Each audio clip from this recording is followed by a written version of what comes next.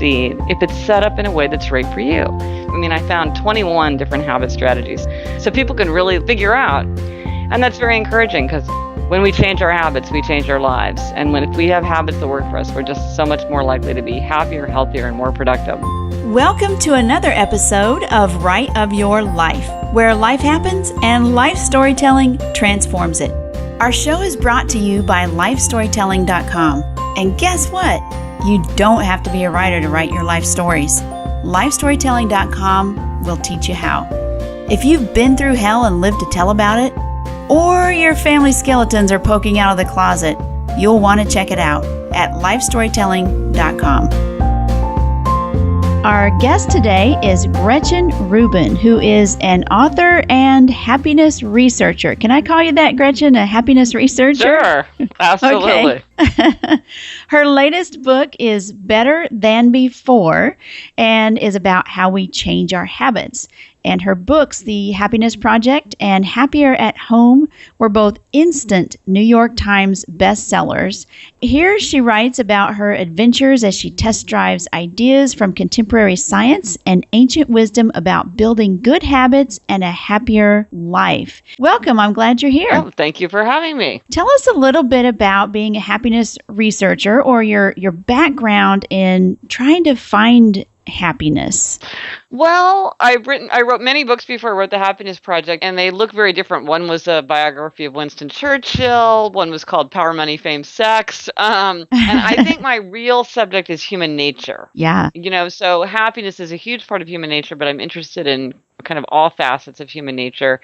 And so I think I've slowly been trying to work my way through developing a deeper and deeper understanding. And so at some point on a bus in the pouring rain, and it occurred to me, like, well, what do I want from life anyway? And I thought, well, I want to be happy. But I realized I didn't spend any time thinking about happiness or what I should do to be happy or if I could make myself happier. And I thought, oh, I should do a happiness project. There you go. And I was just going to do it for myself, but it was so rich and deep because I often will go off and just sort of do research projects for fun.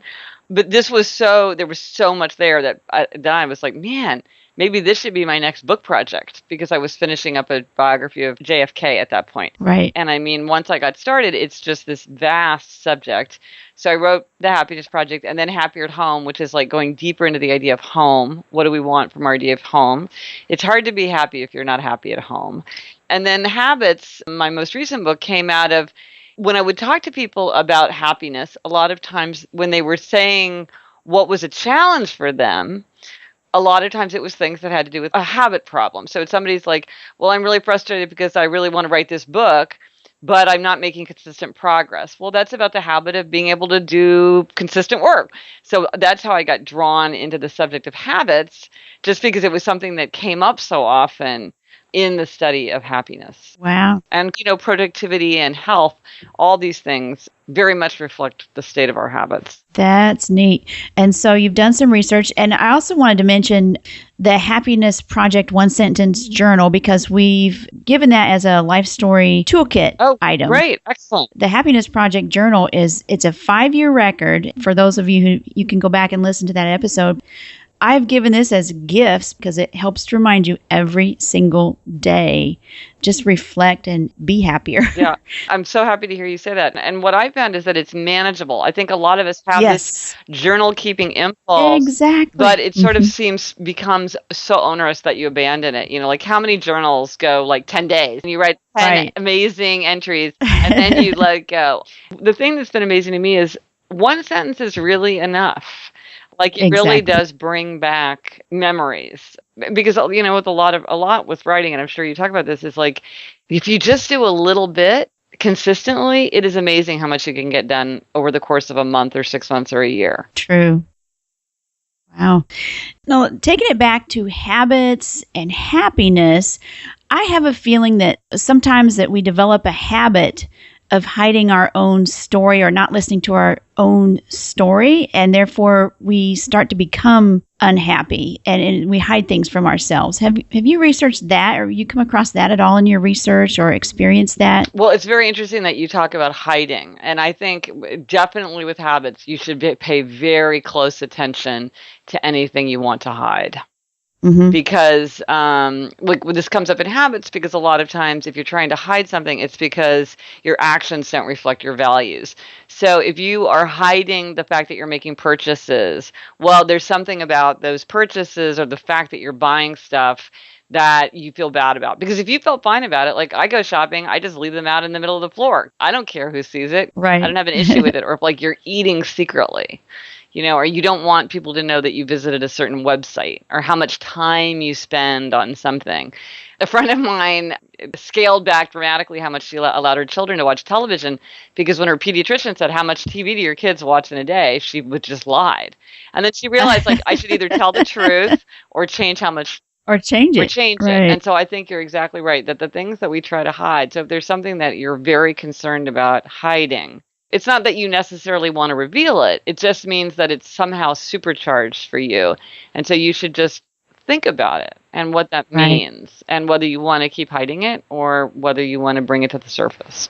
And if you're hiding something from yourself, I mean, maybe that's part of the key of is discovering what exactly are you hiding from yourself? What are you not contemplating or reflecting on? Yes, and this is so hard. It is so hard.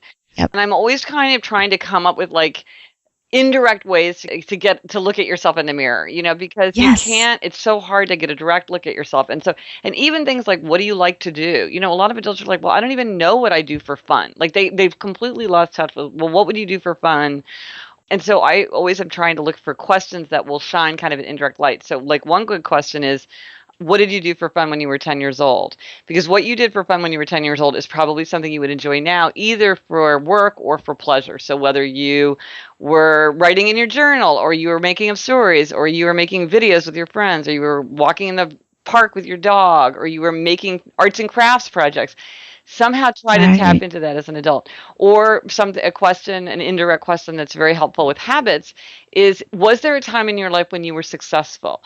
If there's something that's challenging you now. So like, let's say you're like, well, you know what? I've been wanting to write this book for years and I just can't do it. Then say to yourself, was there a time in your life when you did consistently write?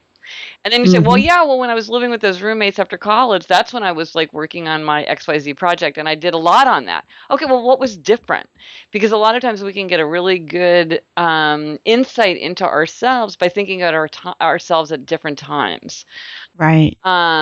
Because things change and then you don't realize, like, oh, it's because I had a friend who did it with me and so I felt like I was accountable to somebody.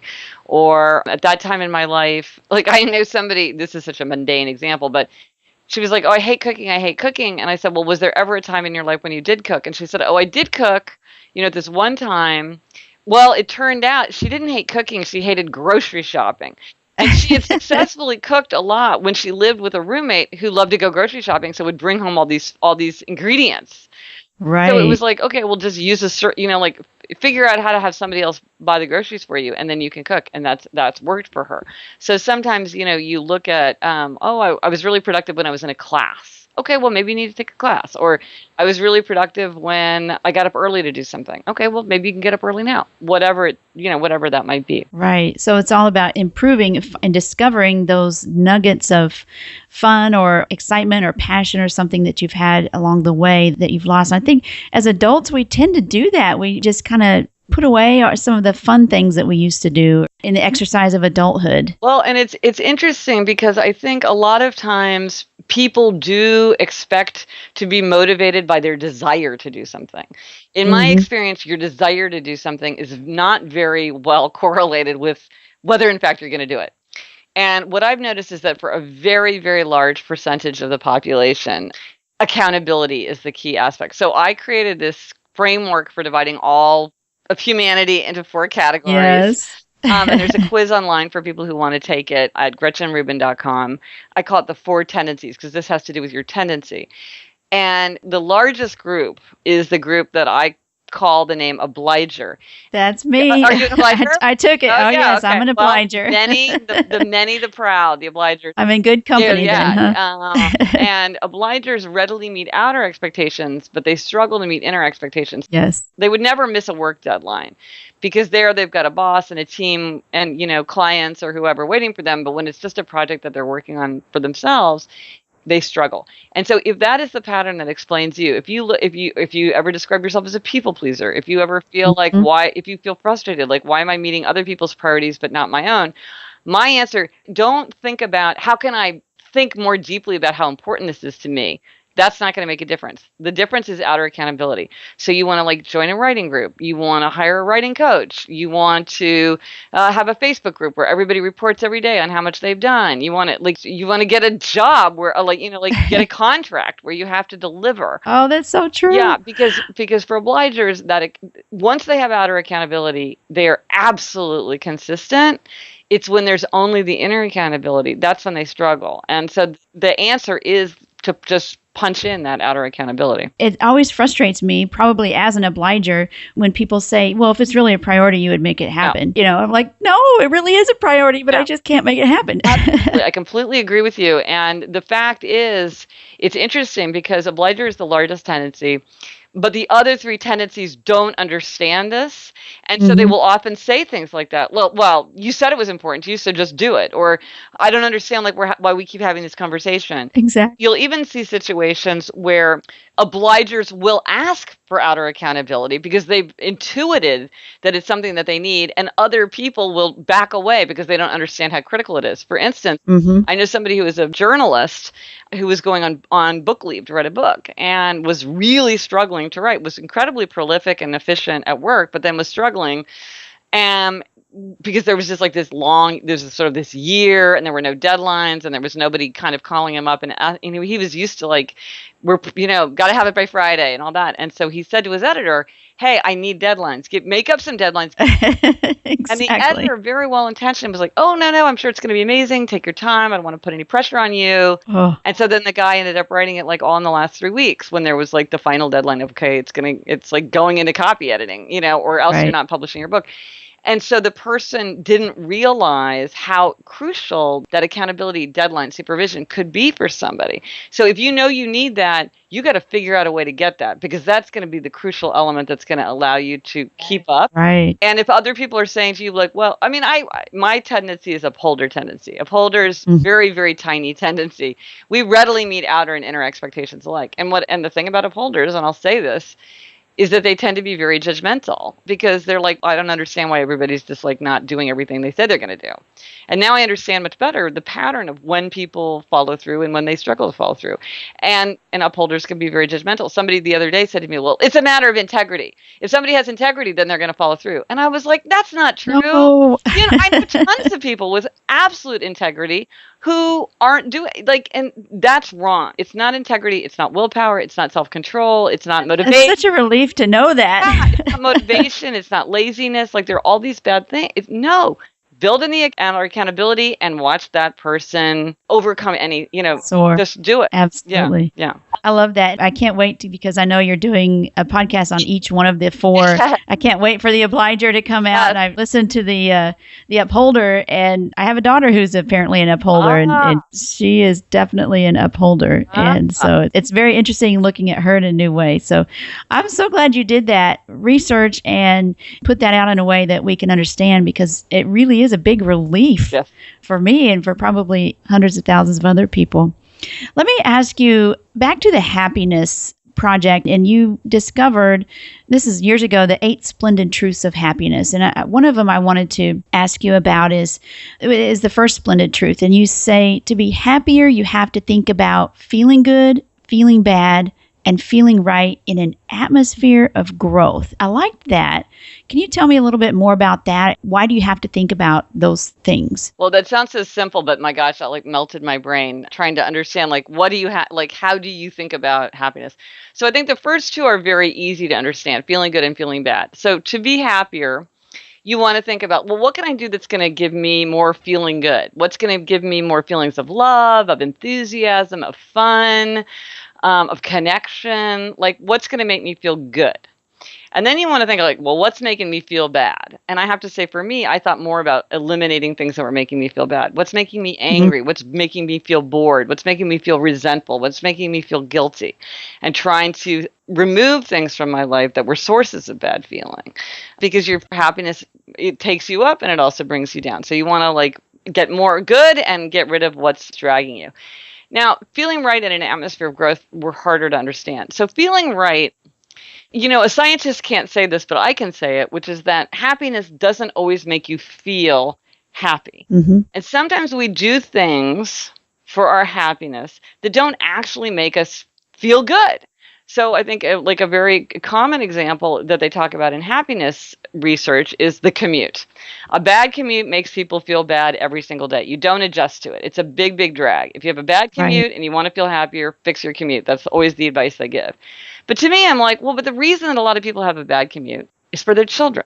They want to live in a specific school district. They want to have a bigger house with a yard or whatever it is. Right. And so they've willingly and consciously said, to be the kind of parent that I want to be and to give my children the kind of childhood that I want for them, I'm going to have to put up with a bad commute. And so I feel right about that choice, even though every day it's dragging me down. It's not making me feel good every day. It's making me feel bad every day, because every day I'm like, oh my gosh, the traffic's so bad. But I feel right about that choice. Or, you're going to sit at the sick bed of your grandfather who was always terribly mean to you. And you're like, why am I here?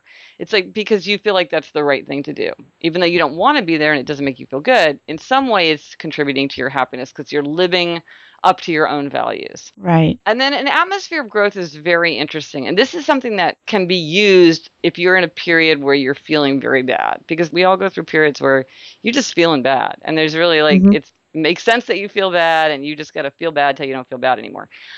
The atmosphere of growth is that we feel happier when we're growing, when we're learning something new, when we're challenging ourselves, when we're helping other people, when we're making something better, we're fixing something, when we're somehow acting in a positive way in the world, whether we're we're learning something ourselves, or, gardening, teaching your dog a new trick, anything, taking all this growth, this sense of growth, making progress is a really important engine for happiness, and it is within our conscious control. And so sometimes if you're like everything in your life feels very bad, if you can seek out an area where you have an atmosphere of growth, even if it's something as simple as cleaning out your coat closet, something super, tackle the medicine cabinet, just see a little bit of something getting better, it gives you a surge of kind of energy and good cheer. And so all these four things you have to think about, because if one of them is missing, I think that you're not thinking about every aspect of what is possible in a happier, healthier, more productive life. So you want to think about all four and how you can get them all four on track. So let me ask you this. I think it would be hard to start this or have a habit of this, I guess, to go back to the habits as well. How would you suggest someone start to be happier by thinking about feeling good, feeling bad, and feeling right in an atmosphere of growth? So I think, sit down or get stuck on a bus the way I did and think well, what do you want more of? Do you want to see your friends more? Are you starved for solitude? Do you need more time to yourself? Do you miss adventure? So think about what would it look like? And again, this is a good place to say, well, what did I do for fun when I was 10 years old? I talked to a guy who, when he was 10, he was an obsessive fishing. He'd go out all the time and go fishing. And I was like, well, when was the last time you went fishing? And he was like 3 years ago. And I was like, he's like, oh, I love to fish, but I never have time to fish. I'm like, I think you do. I think you do have time to fish. Right. You just haven't said to yourself, oh, when am I going to go fishing? And then once you think about it, you can. And then feeling bad. Okay, well, go through your day. What are the things that make you feel bad? For instance, I have a friend who said, she's a working mom, and she said she realized that in the average workday, she did not spend that much time with her sons. And the whole morning was just yelling and nagging, hurry up, where's this? Where's your homework? You haven't finished your breakfast, blah, blah, blah, blah, blah, blah, blah. And she realized it was bad. It was a bad way to start the morning for all of them.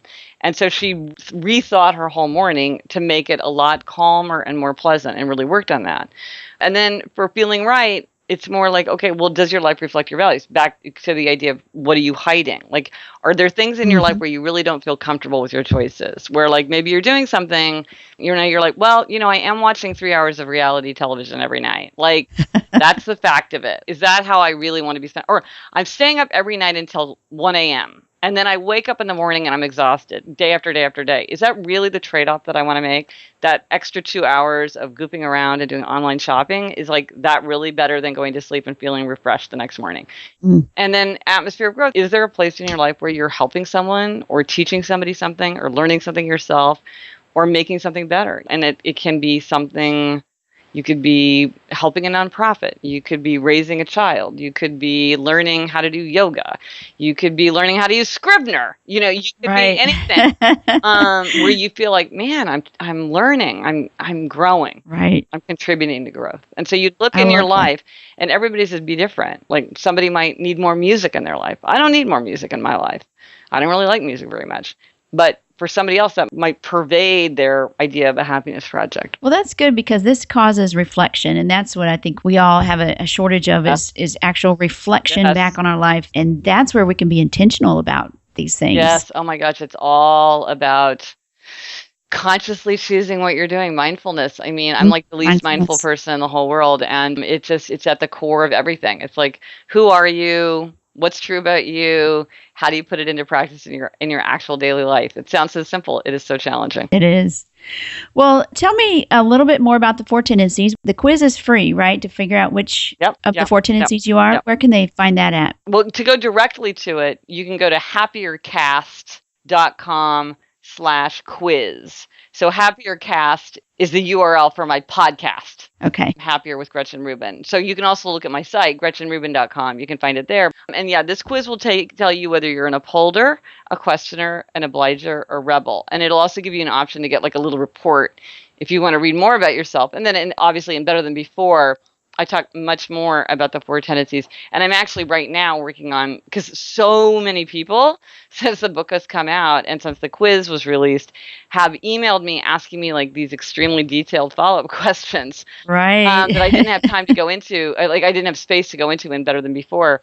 So I'm working on kind of a handbook that will be just a very, very deep, nuanced look on the 4 tendencies, both managing yourself better and then also dealing with other people. Because what happens is like, if I'm an upholder and you're an obliger, which is the case, like we might not be able to communicate very effectively if I don't understand how you're different from me and you don't understand how I'm different from you, because we just see the world in a different way. Once we know that, then we can be like, well, it's not that one of us is right and one of us is wrong. We have different perspectives. So how can we set things up so we can both thrive and we can both work together harmoniously? It's not that hard, but you kind of have to figure out what the differences are, because then it's just much easier to figure out how to set things up right. How to communicate. Yeah. Exactly. So, Gretchen, is there anything else you'd like to share with the audience? In the end, it's just this idea of, we all have to figure out what's right for us. Different things make us feel good or feel bad. Again, there's no right or wrong. It's just when we know what's true about us, then we can set ourselves up for success. Because I think a lot of times people get discouraged and they blame themselves. They say, I'm lazy, I'm not motivated, I have no follow through, I have no willpower, I'm not making myself a priority, things like that. And it's like, no, you can succeed if it's set up in a way that's right for you. I mean, I found 21 different habit strategies, so there's a ton to choose from. So people can really figure out, I could tell this is the kind of thing that's going to work for me. And that's very encouraging, because when we change our habits, we change our lives. And if we have habits that work for us, we're just so much more likely to be happier, healthier, and more productive. These things are so tied. And one of your 12 personal habits, number 1 is be Gretchen, right? Yeah, but everybody has to substitute their own name. Yeah, be yourself. Yeah, be yourself. It sounds, well, we were talking about this earlier. It sounds like the easiest thing, but it's actually very, very challenging. And you have to be mindful about it. Yeah. Well, Gretchen, thank you so much for coming on the podcast. And where can folks connect with you at? Well, for people who love podcasts, I have a podcast called Happier with Gretchen Rubin with my sister, Elizabeth Kraft, who's a TV writer in LA, and that's tons of fun. It's fabulous. Yeah. We just crossed 4 million downloads. Awesome. Yes. And so we talk a lot about happiness and good habits, and we're sisters, so we don't let each other get away with much. And then on my site, GretchenRubin.com, I write just about every day about my adventures in happiness and good habits.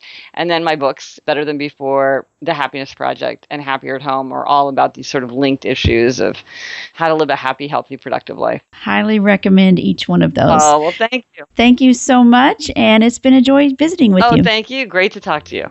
Great information from Gretchen Rubin. Links to her quiz and other great information are in the show notes at rightofyourlife.com/Gretchen Rubin. It's time now to peek into the Life Story Toolkit. And this is where I share information on one particular tool that you might consider using if you're writing or would like to start writing about your life.